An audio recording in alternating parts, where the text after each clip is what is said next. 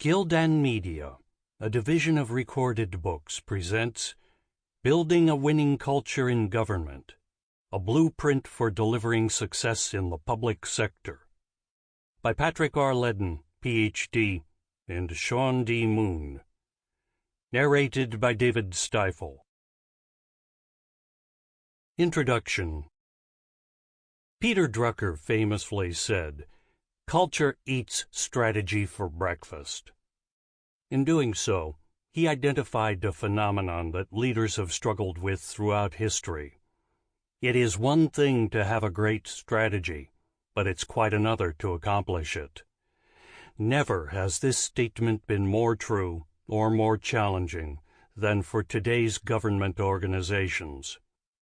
Whether operating at the federal, state, or local level, government organizations face increased media scrutiny, reduced funding, and the many challenges of moving large, multi-layered, and highly regulated organizations. It's no surprise that many government organizations report that their employees are less engaged than ever, and that leaders feel helpless to change the situation. In many cases, employees and leaders are caught in a vicious cycle. Performance declines, scrutiny increases, and employee paralysis ensues. Repeat. How do you break this cycle? You change the mindset from leaders are a select few in the organization to everyone can and should be a leader. This simple yet significant shift is key to creating an effective government organization in the 21st century. If every member of the organization is leading from where they are, it also allows government organizations to leverage the power of 5 highly effective practices. 1. Find the voice of the organization and connect and align accordingly, aka lead with purpose. 2. Execute your strategy with excellence. 3. Unleash and engage people to do infinitely more than they imagined they could. 4. Be the most trusted organization possible. 5. Create fervent loyalty with all stakeholders.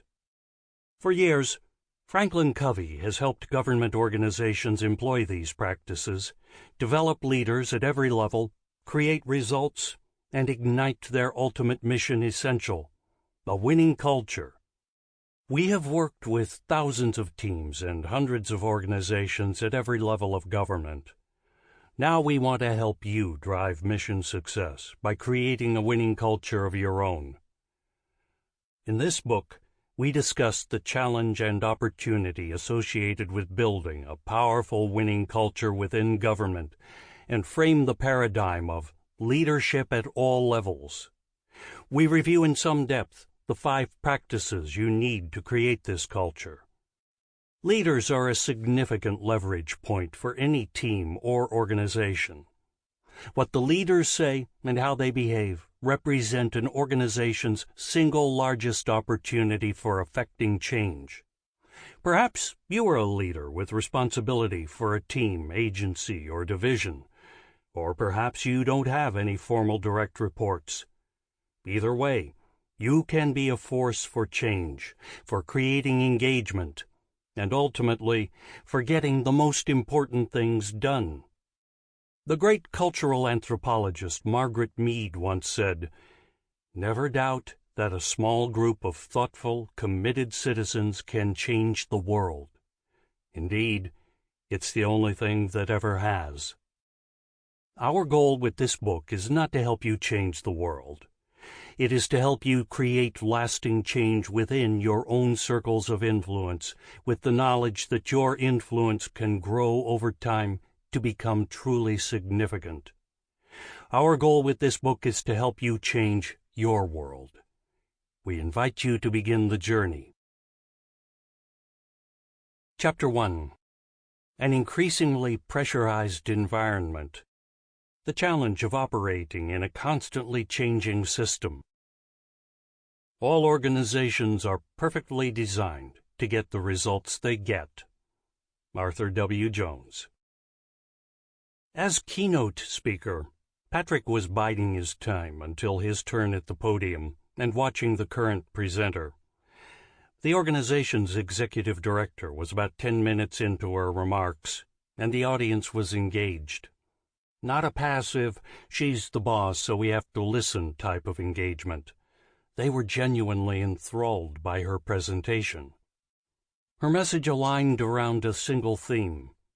The organization needed to better meet the evolving needs of its customers. Although the organization had a stellar track record and an untarnished reputation, the leaders in the room needed to deliver higher quality services on time, every time, and at the lowest cost possible. Theirs was a competitive environment, and if they didn't raise their performance, someone else would subvert their efforts. In our work with clients, we've heard many similar presentations in many other conference rooms. The leader was dynamic, the argument was sound, and the strategy was clear. However, this wasn't a multinational corporation or a mid-size enterprise trying to reach the next level. The leader who mesmerized her audience was in charge of a government agency. Her insights were spot on. She understood that they were living in a world of diminishing resources, increasing scrutiny, and uncompromising demands. She had figured out that the organization was operating in an increasingly pressurized environment, and she was passionately conveying that message so that all in attendance would see and ultimately respond to the emerging environment by thinking and acting more effectively. The executive director explained that if they did not continue to improve, they would fall prey to a growing number of threats, both within the larger government structure, internal, and outside of the government, external. From an internal perspective, other government organizations were competing with them for funding, technology, facilities, and personnel. Although these internal competitors had existed to varying degrees for years, the acceleration level was tremendous. In fact, these competitors were not competing simply for an extra employee or some additional funding. They were trying to take over her organization's very mission. The other organizations were trying to consume them. Simultaneously, the external environment was riddled with pitfalls. Contractors were absorbing roles that had once been considered inherently government and off-limits to outsourcing. A wide range of stakeholders, including legislators, businesses, and everyday citizens, were actively questioning and intervening in daily operations. Fueled by a 24/7 news cycle, a staggering number of cable channels, and the ubiquitous nature of the Internet, these stakeholders insisted every mistake signaled an epidemic and required sweeping changes, and that shared missions signified redundancy that needed to be wiped out. Add to these realities increased security as a result of terrorism, a less than desirable job market, and a recovering economy. The organization had never faced an environment like this before. The executive director wanted each of her 300 managers to understand that in today's world, poor customer service in one part of the organization or a scandal in another could threaten the job of everyone in the room. Of course, the concepts of competition, increased scrutiny, and growing pressure are not new to the public sector. Consider these examples. A charity focused on finding a cure for cancer is not the only organization with the mission of tackling this serious health condition. In the United States, the American Cancer Society deals with different cancer types. However, separate organizations tackle specific forms of this disease, such as pancreatic cancer, liver cancer, breast cancer, and children's cancer, just to name a few. The market has been segmented, and organizations are tailoring their messages and approaches. Whether acknowledged or not, these organizations, all with a just and important mission, are pitted against each other. Potential donor pockets are only so deep. These groups must be creative, compelling, and relentless to get people's attention and garner a slice of the market. A museum realizes that it is not the only game in town. Other museums are trying to attract the attention of the same patrons and visitors. Perhaps each organization has historically filled its own niche. Maybe they even worked together as part of the community. However, as the environment becomes pressurized, each creeps into the other's space. When a major traveling exhibit comes to town, museums that serve children, science buffs, historians, and art lovers all compete for the same exhibition. The United States Postal Service, USPS, has dealt with the pressure of FedEx and United Parcel Service, UPS, for years. A growing reliance on email and the cost of operations and employee benefits for USPS as a large federal agency exacerbate the situation. As a result, the USPS posted a loss of $25.9 billion in the 3-year period 2011 to 2013, while experiencing a 5.9% decrease in mail volume. These numbers suggest an erosion of USPS business, but there's more to the story. Beginning FY, fiscal year 2014, USPS marketing initiatives are driving e-commerce growth, and efforts to modernize operations are underway to improve delivery effectiveness. You might be thinking, but those governments and nonprofits operate more like businesses. My organization is different. We don't have FedEx breathing down our necks. We fill a vital role that is inherently government and something no one else can do. There is no competition. We are the only game in town. We invite you to think again. Consider the city of Sandy Springs, Georgia. Located 15 miles north of Atlanta, Sandy Springs is a community of approximately 100,000 residents. Like similar cities, Sandy Springs provides a wide range of services to its constituents. Unlike most cities, the vast majority of Sandy Springs work is outsourced to private contractors. The entire town has only 7 government employees, and the whole Sandy Springs operation is housed in a generic 1-story industrial park. The people you meet here work for private companies through a variety of contracts. If you apply for a business license in Sandy Springs, want to make a structural change to your home, or need assistance with trash collection, you will work with contractors in Boston, San Francisco, and across the pond in Coventry, England. Think this is a one-off experiment that won't extend to your organization? Consider that the city has no long-term debt and no fleet of vehicles to maintain. While cities like Detroit and Chicago grapple with significant challenges, the first city manager of Sandy Springs, Oliver Porter, met with government leaders in Japan, Iceland, Britain, and the country of Georgia to share the Sandy Springs story. Meanwhile, the current city manager, John McDonough, is producing annual reports with the look and feel of private industry, showing an 8-year winning record and articulating a vision for the future.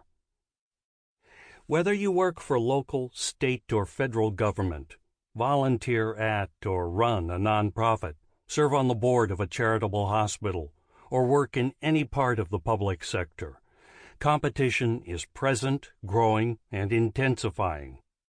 Yours is a world of competition.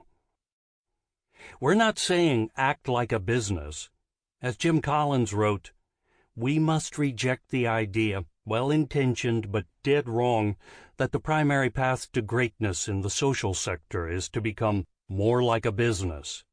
Most businesses, like most of anything else in life, fall somewhere between mediocre and good. Moreover, your organization's purpose and the measures of success may be very different from those of most businesses. In your world, it is likely that mission is more important than market share, and service trumps profits. Additionally, The inherent challenges of enforcing laws, implementing policies, and ensuring public safety or national security rarely correlate with stellar customer service numbers. After all, the very nature of your work may cause you and your people to say no. For the most part, customers don't like that word.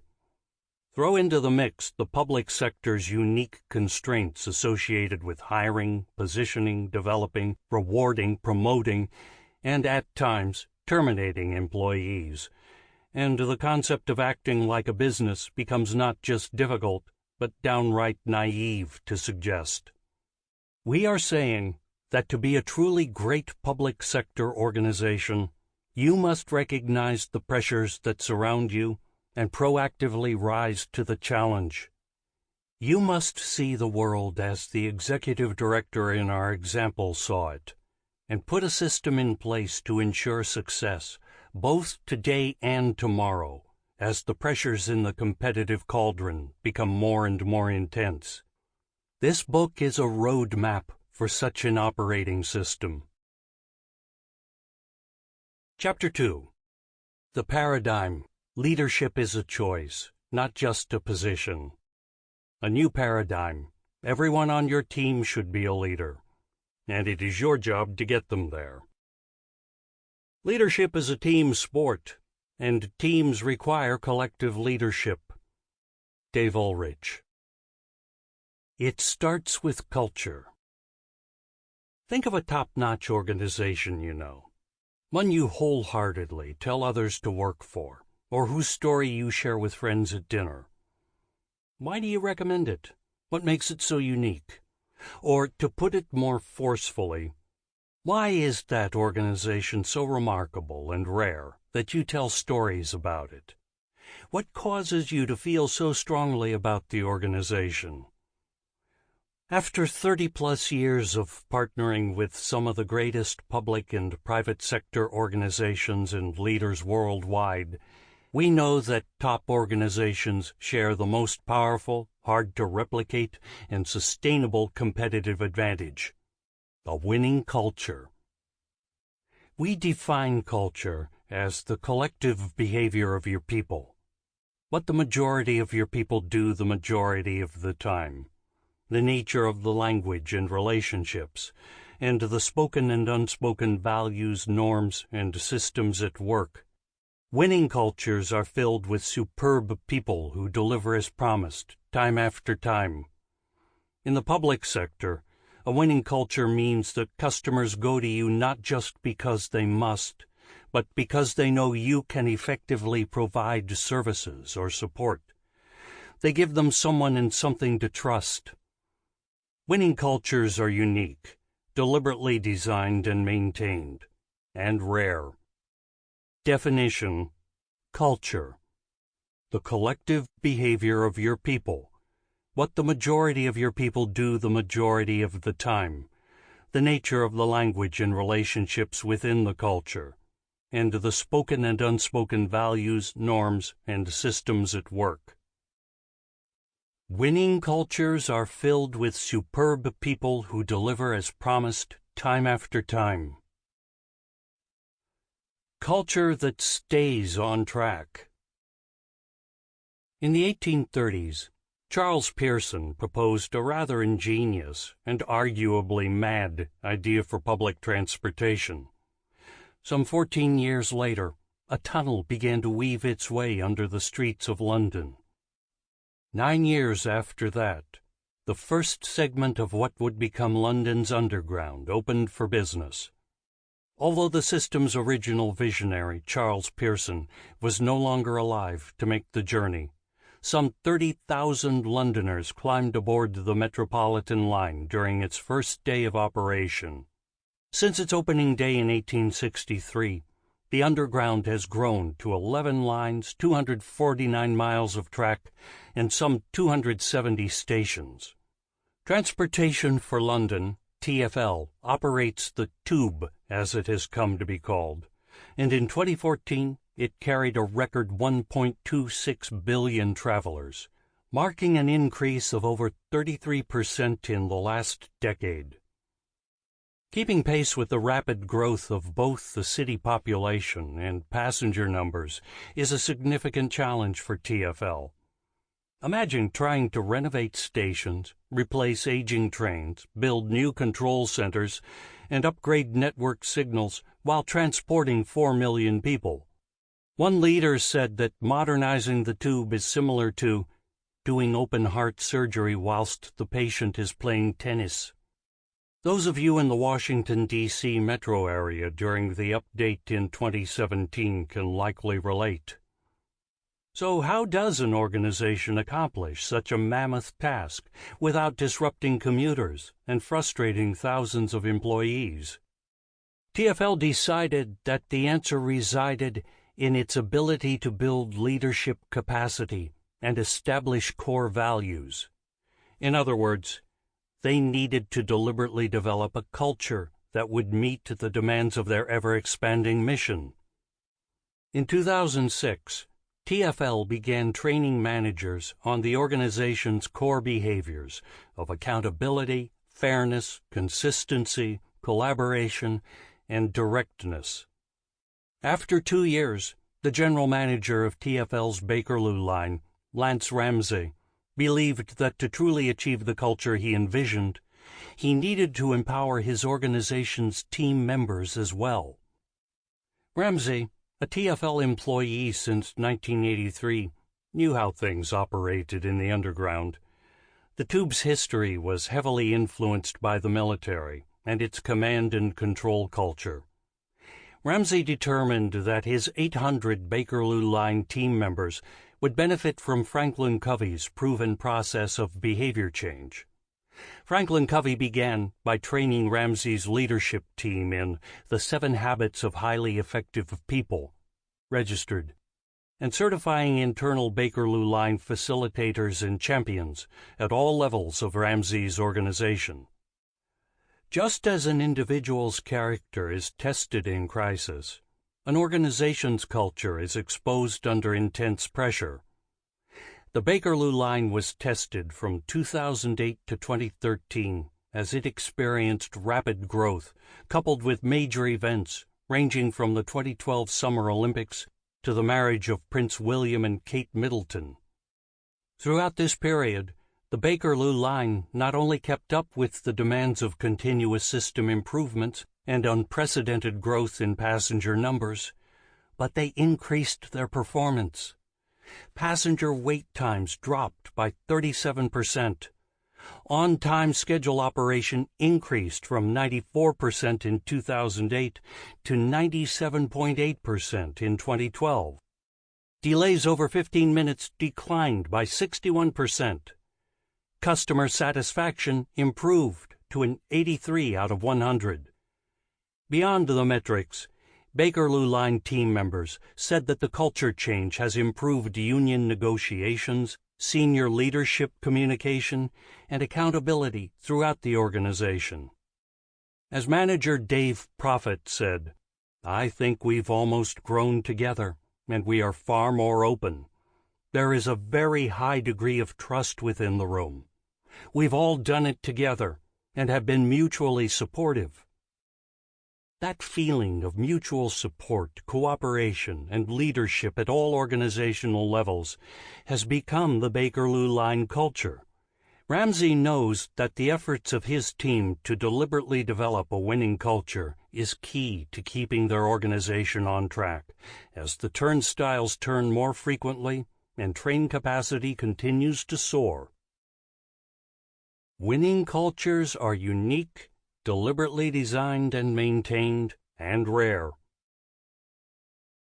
A culture that is derailed with bad leadership.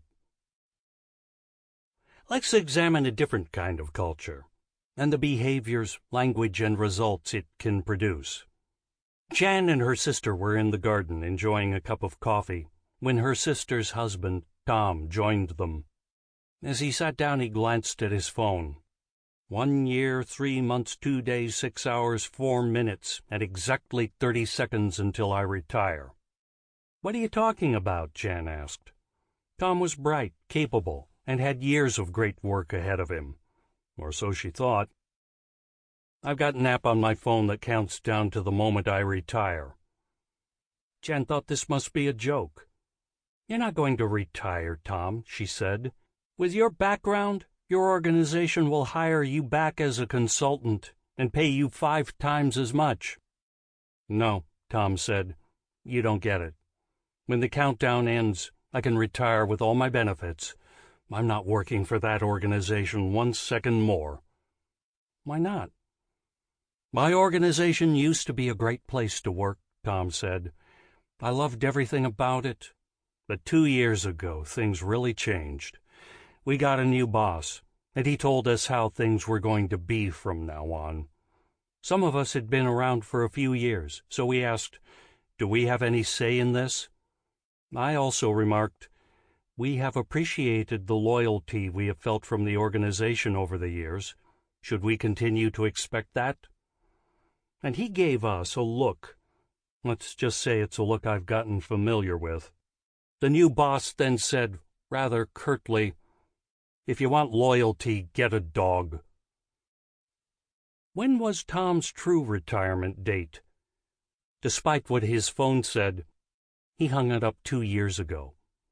That's when he stopped doing his best work, when he ceased being fully engaged. He's been physically on the job. He does what's expected, but nothing more. Tom could have given many more years, perhaps his finest years, but the organization that used to engage his body, mind, spirit, and passion will not benefit from his contribution. He will give his best to something else. Could there be a stronger contrast in cultures between the ineffective organization Tom has retired from and the highly effective team at the Bakerloo line? The challenge of human capital. 4 blocks from the White House in Washington, D.C., an Art Deco office stands at the intersection of New York Avenue and 12th Street Northwest. The majority of the building's second floor is home to the Partnership for Public Service, PPS. Over a decade ago, Samuel J. Heyman founded this nonprofit, nonpartisan organization to revitalize the United States federal government by transforming how the government works. He wanted to inspire a new generation of people to public service, similar to how John F. Kennedy had inspired him some 40 years earlier. Each year, PPS, with assistance from the global management consulting firms Deloitte Consulting, LLP, and Hay Group, compiles and analyzes the best places to work in the federal government rankings. The rankings draw from the Office of Personnel Management's Federal Employee Viewpoint Survey and provide specific information about employee satisfaction and commitment. In May 2014, PPS President and CEO Max Stier presented his assessment to the U.S. Senate Committee on Homeland Security and Governmental Affairs Subcommittee on Efficiency and Effectiveness of Federal Programs and the Federal Workforce. Stier's comments expressed several causes for concern. Government-wide federal employee job satisfaction and commitment dropped for the 3rd year in a row, tumbling 3 points to a score of 57.8 on a scale of 100. This represents the lowest overall Best Places to Work score since the rankings were first launched in 2003. Stier contrasted the level of satisfaction and commitment of federal workers to those in the private sector, which improved 0.7 points in 2013 to 70.7, according to the Hay Group. Stier's testimony provided a litany of issues that impact the development of the federal workforce, including effective leadership, compensation, and performance management processes, and provided legislative recommendations for Congress focused on the government's human capital. Human capital. What does that mean? Human capital? Don't they mean financial capital? Isn't it financial capital that organizations are concerned about? Why are they worried about human capital? Why is that a top-of-mind issue? Well, let's tackle the financial capital question first. There is no doubt that finances matter, a vision without the necessary resources to make it happen. Sample complete. Ready to continue?